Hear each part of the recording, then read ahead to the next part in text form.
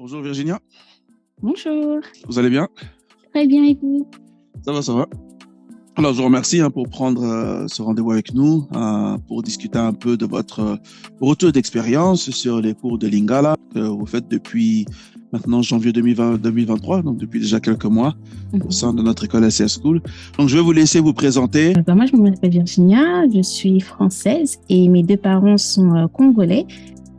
Congolais Kinshasa. Il faut savoir que mes parents ne nous apprenaient pas le lingala, en fait, ils ne parlaient pas en lingala, ils ne parlaient que en français. Donc, avec mes frères et sœurs, on le comprend, mais on ne le parle pas.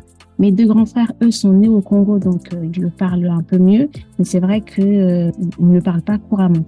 Et c'est pourquoi moi, j'avais envie d'apprendre cette langue, la langue de mes parents, de mes ancêtres, mais aussi pour pouvoir communiquer avec mes cousins quand je pars au Congo, parce que c'est un peu difficile.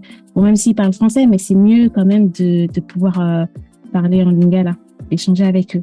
Donc, c'est pour ça que je me suis inscrite suite à la proposition de ma sœur, parce que c'est elle qui a découvert en fait votre école. D'accord.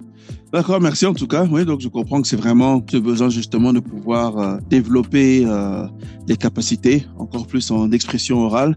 Et puis, vous êtes un cas un peu majoritaire de nous tous Congolais, Congolaises nés dans la diaspora en Occident où voilà, les parents ont privilégié le français à la maison en tant que langue, on va dire numéro 1.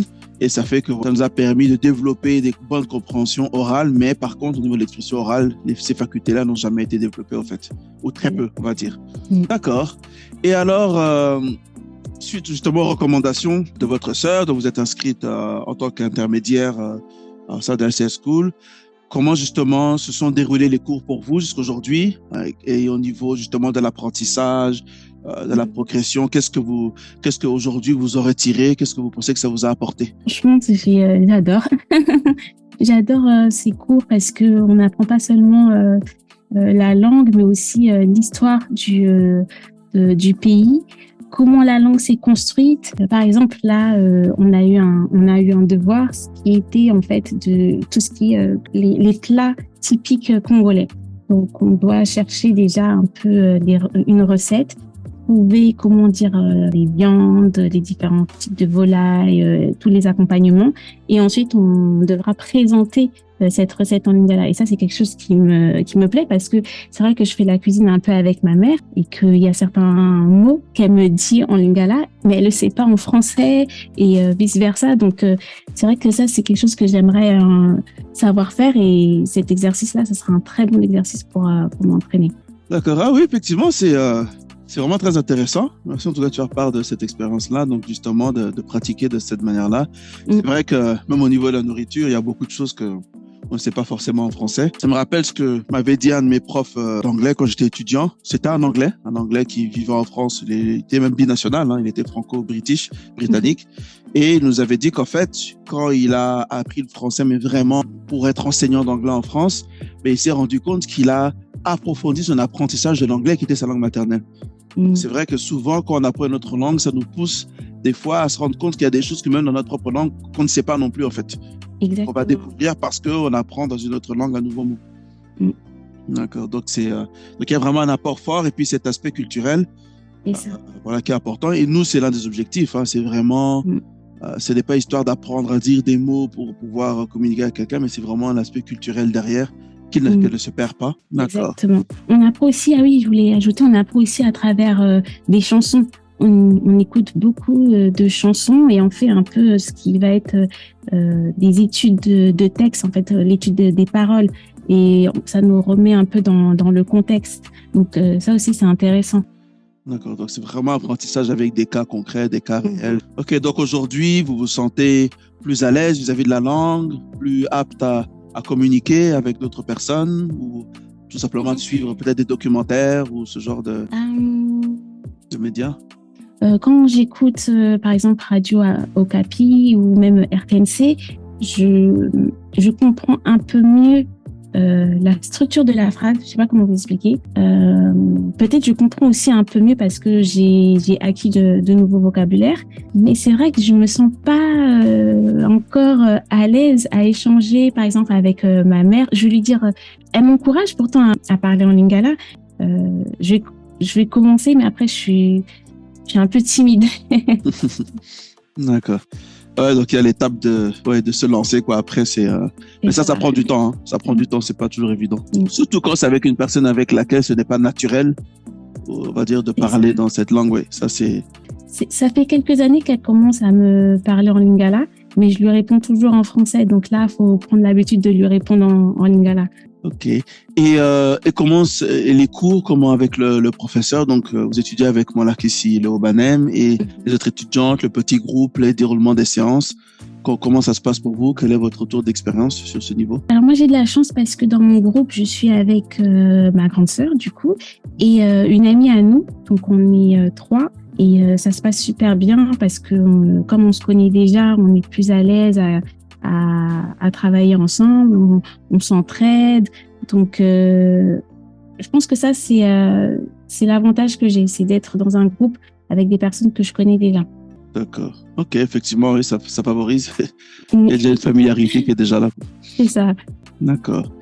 Et comment avez-vous trouvé jusque-là, on va dire, tout ce qui est aspect organisationnel, l'école en soi-même, l'expérience au niveau du processus? Quel serait votre taux d'expérience sur cet aspect?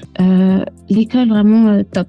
Au niveau professionnalisme, au niveau réactivité, au niveau... Franchement, j'étais un peu sceptique. Quand ma sœur m'a parlé de l'école, je me suis dit, bon, il y a plusieurs écoles, mais ce sont de vrais profs? Enfin, mais pas du tout. Vraiment agréablement surprise. Déjà, vous proposez pas seulement que le lingala, mais toutes les langues parlées au Congo, plus des langues européennes, donc avec des profs qualifiés. Donc ça m'a rassurée. Puis aussi le processus d'inscription qui était assez fluide et carré. Ça aussi, ça m'a rassurée. D'accord, merci. Pour nous, c'est vraiment important. Hein. C'est important que il y a un bon retour. Nous, l'objectif, c'est surtout cela, que ça puisse vous apporter, qu'il puisse y avoir aussi une bonne expérience, que voilà, on puisse. C'est pas parce que c'est des langues africaines, des langues bantoues de chez nous que voilà, il faut que ce soit très informel, peu structuré. C'est l'approche que nous avons voulu donner. Donc, nous sommes contents de voir que ça, c'est le ressenti que vous avez en tout cas avec d'autres étudiants. C'est très important pour nous. Ah, mais c'est juste la vérité, vraiment.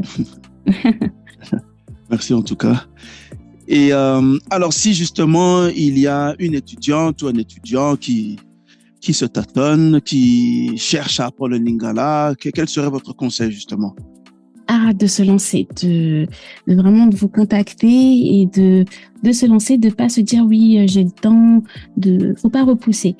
Là, c'est le moment d'apprendre une langue et d'apprendre vraiment, de retrouver un peu ses racines. Donc, faut pas repousser. On a tendance souvent à dire oui, non, mais j'ai le temps ou non, je peux demander à mes parents.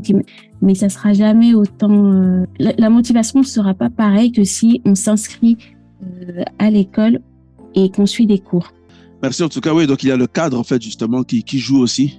C'est ça. Justement, ça le rend formel. Il y a l'aspect aussi qu'on se soit engagé, donc il y a un peu, voilà, naturellement, après c'est le besoin de pousser, d'y aller, quoi.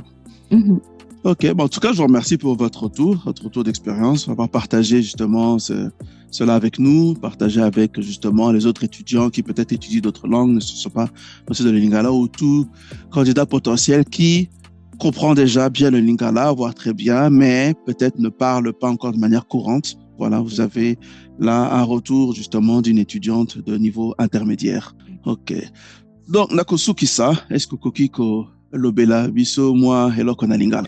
Nasepeli kuna litea na landaki. C'est na litea. Ok, en tout cas, bonne continuation. Mingi, et puis vraiment que tout se passe bien, bonne continuation, et puis en ce temps que voilà, vous serez rentré dans la grande communauté des lingalophones. Matondi. Ok, merci beaucoup.